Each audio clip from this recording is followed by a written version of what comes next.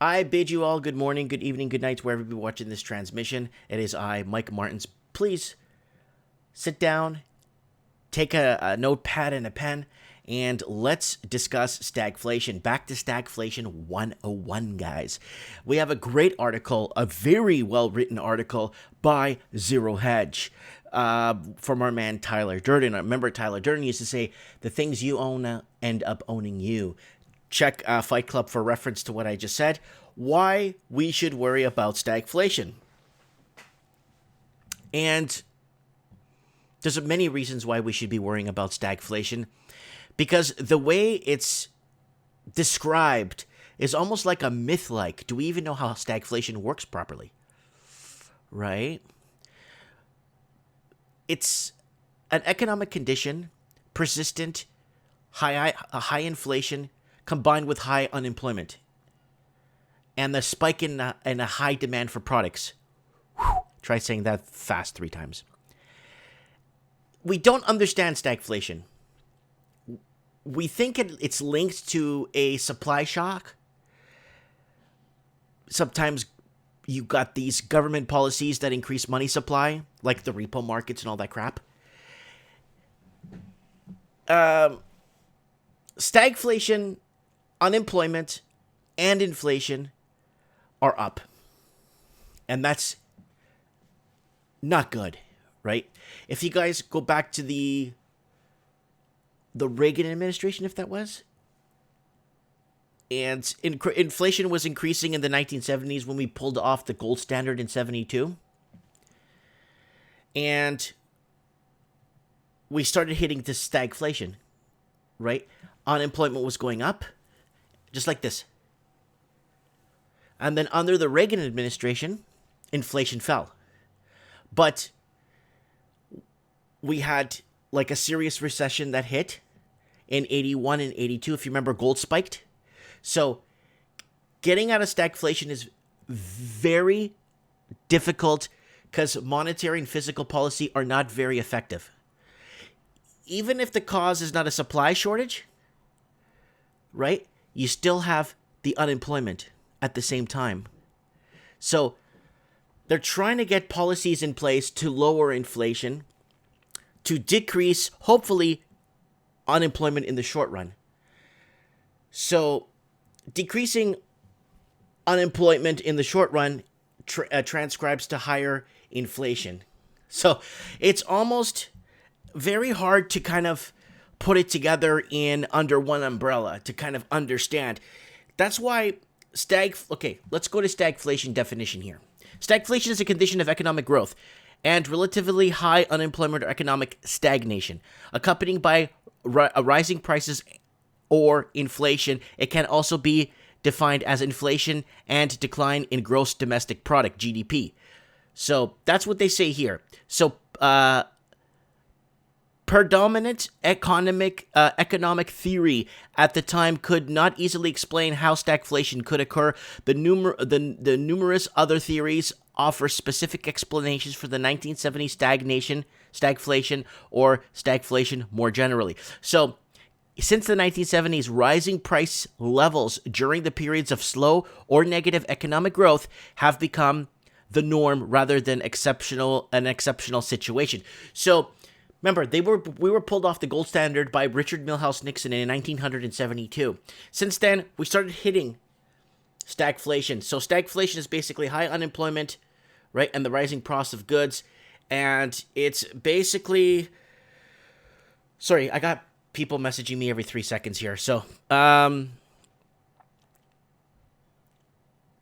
here, stagflation means stimulus increase in prices of stagnation of economic growth.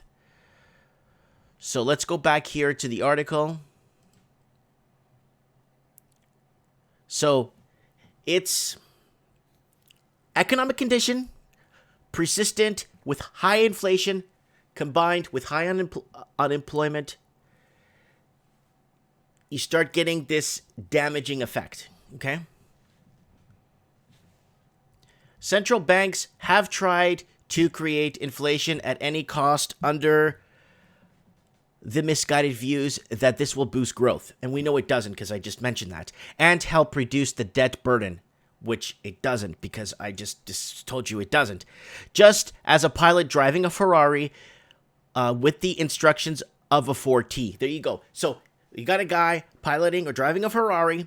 He's a race car driver, but he's using Model T instruments in there, and it's not up to spec to what he's got to get done, right? Central banks are pushing the accelerator, looking in the rearview mirror and screaming, "Go faster. We have not crashed yet." The problem with government's calculation of inflation is that it massively misrepresents some important factors. Housing is not reflecting either real rental prices or actual mortgage payments.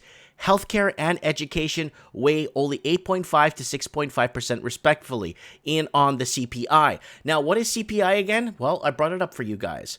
CPI is Consumer Price Index, CPI. CPI, the Consumer Price Index, is a measure that examines the weighted average of prices of basket of consumer goods and services, such as transportation, food, and medical care. It is calculated by taking the price changes for each item in the predetermined basket of goods and averaging them. Changes in CPI are used to assess price changes associated with the cost of living. The CPI is one of the most frequently used statistics to identifying periods of inflation or deflation. So, following the CPI and consumer pricing index and understanding where things are at what time gives you an indication. If you look at that and graph it properly, you could see when you see the spikes in gold, when you see the increase, the decreases, you could start seeing the correlations. And the oil embargoes and back in the 70s, you start to see the levels of movements in the CPI, right? CPI components for Germany and France were the poorest, have increased in the past 2 years over rising consumer prices, also show the disparity. In Germany, food price index rose 40% more than the official CPI, and in an economy where GDP narrowly escaped recession.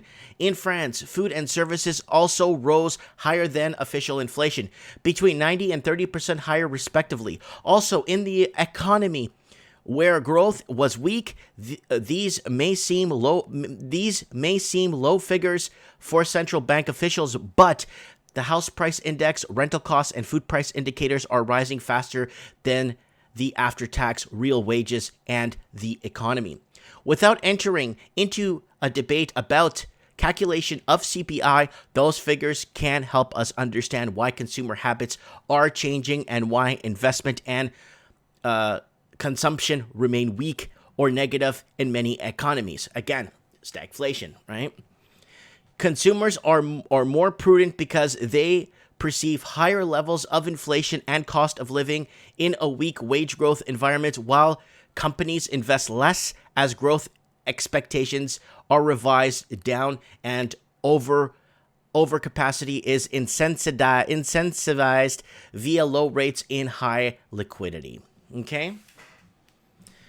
Protests against the rising cost of living were spreading globally. Look at the Gilets jaunes, the Yellow Vest movement. That's one that's been going on for a year. Look at what was it? Lebanon, Chile, Argentina, parts of Brazil, Venezuela. We could go on for hours. Globally, many months before the coronavirus impact on the Chinese prices, and even in China pork, the food prices were seeing double-digit growths before the lockdowns and outbreaks. From Iran to Chile, Nicaragua, France, and Spain, this is not an isolated temporary issue. And the demonstrations also coincide with the ongoing downward revision of global counter-specific growth rates, with central banks accelerating financial repression and trying to disguise the problem with more liquidity. Why should investors and economists care about stagflation risks? Because the central banks have no tool to combat it, and that's a big problem. That's why it's seen as a myth, because it's almost like without the car, or without, I'm just trying to figure out something how it goes hand in hand. So without the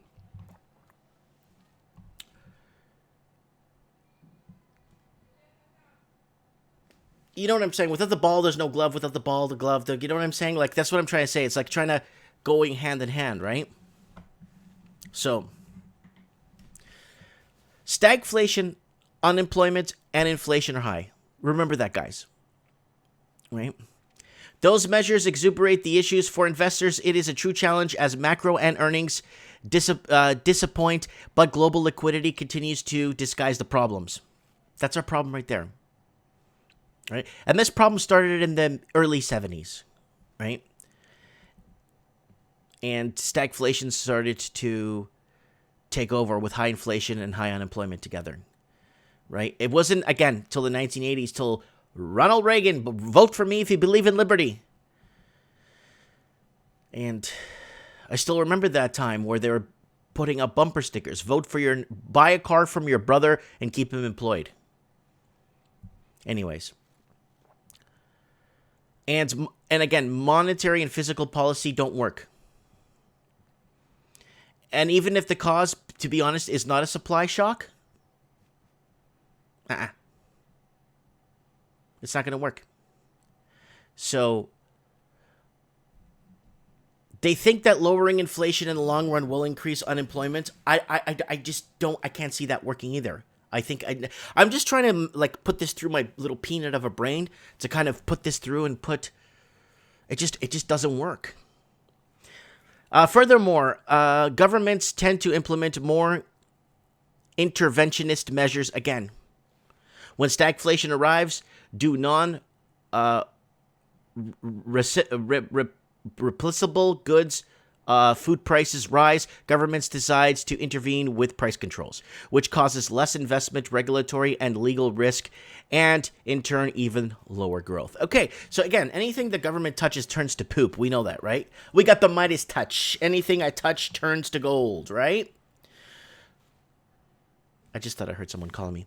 No government or central bank will admit the rising inflation in essential goods is a direct consequence of financial and physical repression. And economic history always shows us that this reaction to rising discontent will be more financial repression and economic intervention. And we don't want that, because every time we get that, it's not gonna work. Because, again, stagflation is an economic condition. Unless you get more jobs out there and lower the unemployment rate, then maybe you could fix this problem, right? And again, we don't really understand the causes of stagflation. Go look it up, right? So when you get a rapid increase in prices, what do you think is going to happen? They increase the money supply. What do you think is happening with the repo markets?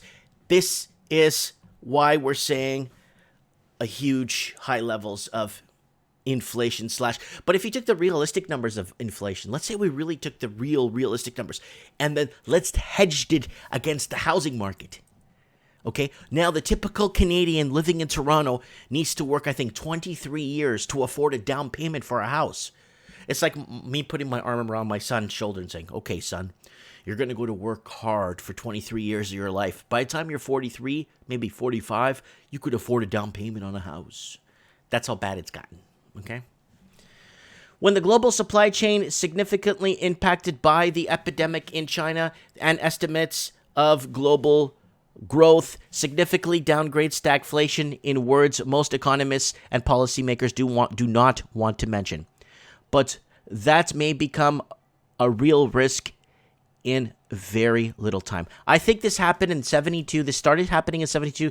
This stagflation phenomena when they went off the gold standard. I think so. Because they couldn't reduce unemployment. Right? So, higher inflation and higher unemployment. Remember, guys? That's stagflation. Right? And then good old Reagan tried to drop inflation. But he did. But they hit a very serious recession in 81 and 82, if you guys remember. And that's when gold went through the roof. Literally overnight. Right? I just don't think monetary and physical policy are going to fix this problem. Right? And even if we're not looking at the cause as a supply shock, then how do you fix something you just can't fix this phenomena? Right? The policies are always aimed to lower inflation, to increase unemployment. And that's the problem. But It doesn't translate properly. So as much as whatever tools they have left in their toolbox, or economists, or banks, or policymakers, or super groups, or whatever, I just think you can't get this. I just don't think you could fix this phenomenon, stagflation. I want to thank Better Dwelling, Zero Hedge, and Tyler Durden for putting this up, because this is very important, guys. Okay? Thanks for watching. I hope you guys understand how this is very dangerous, but in a way where more of a zombification in a way, if that makes any sense. Anyways, let me know what you guys think in the comments below. Don't forget to subscribe to my channel. Don't forget to join if you're like bored and stuff. And don't forget to join us on Mike in the Night every Saturday night where we get call-ins. And don't forget to come on Trends in the Housing Market, where every Wednesday night we talk about the housing trend across the Commonwealth in English-speaking countries. Don't forget to join us on Rants and Lifestyle and housing crisis, economic problem across the English-speaking world. Let me know what you guys think. I'll be reading the comments later. And correct me if I'm wrong. If I'm wrong, that's great. Teach me. Thanks. Thank you so much, guys.